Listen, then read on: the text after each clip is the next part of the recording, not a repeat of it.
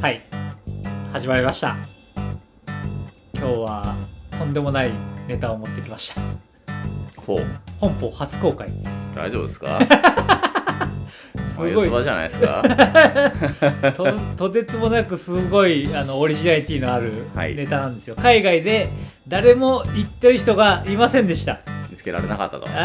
わかんないですけど僕が発見したスーパー情報、はい、スーパー情報ってなんですか？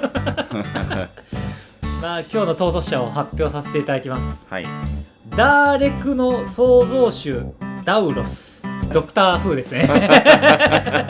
ちょっとわからない。ダーレクってなんですか？ダーレクってなんですかね。ドクター風海外でめっちゃ売れてるみたいですよね。らしいんですけど、全く実感がわからないっていう。どういうことだろう。日本ではあんまり人気がないと言いますか、あんま売れてないですけど、認知度はちょっとやっぱり。じゃあそうですよね。なぜこいつがいいかっていう話は置いときまして、うん、まあ海外で調べますと、こいつどうやらまずそんなに人気あるかどうか分からなかったですね。まあとりあえず能力説明しますか。はい、まず能力から、はい、説明させていただきます。グリクシス4マナ、威迫34です。普通の能力です。で、あなたの終了ステップの開始時にこのターンに対戦相手1人が3点以上のライフを失っていたら、威迫を持つ黒の33のダーレクアーティファクトクリーチャートークを1体生成する。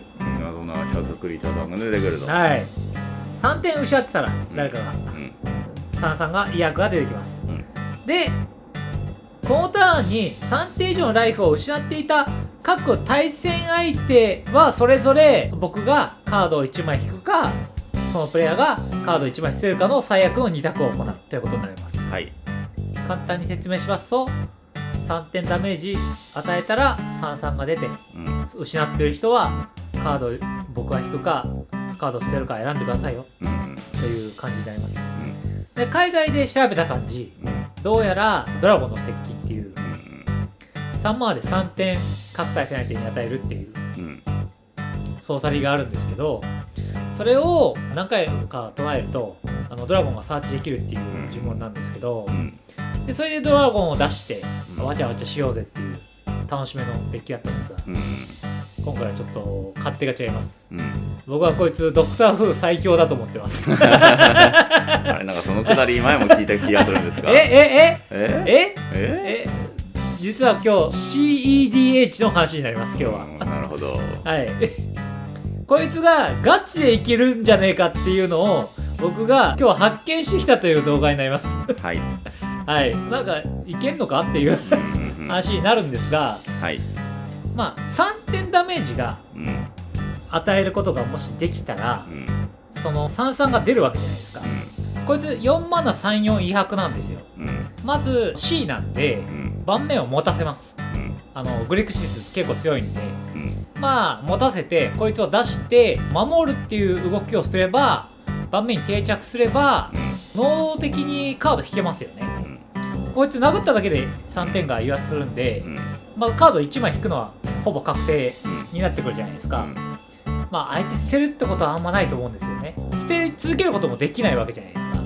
結局はカード1枚引くことになるので、能動的にカードを引いていけるカードということになりますよね。なんで結構強いなということに気づきました。で、3点を与える手段っていうのはいろいろあるんですが、まず稲妻は普通にヘイトクリーチャーとか除去するのにも使えますし、普通に本体に、ね、いきなり打ち出してみたいな、そんなことあるの DDH みたいな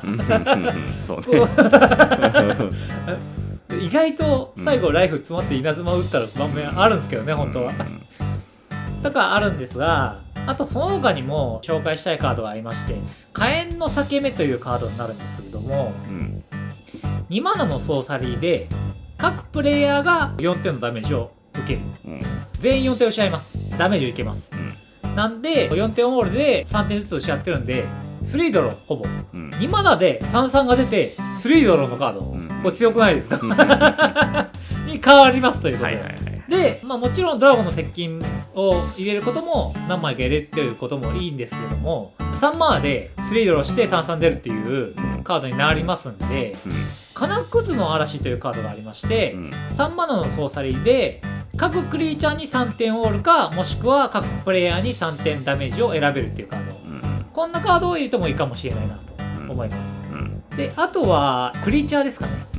クリーチャーで入れるカードで言いますと、ダーレク軍団っていうちょっとドクター風のカードを紹介したいんですけども、3マナ33威迫無尽以上ですっていう。でもそれだけで十分ですよね。だって3マナだよっていう話でしょ。3マナ域では一番ライフ削れるクリーチャーかもしれません。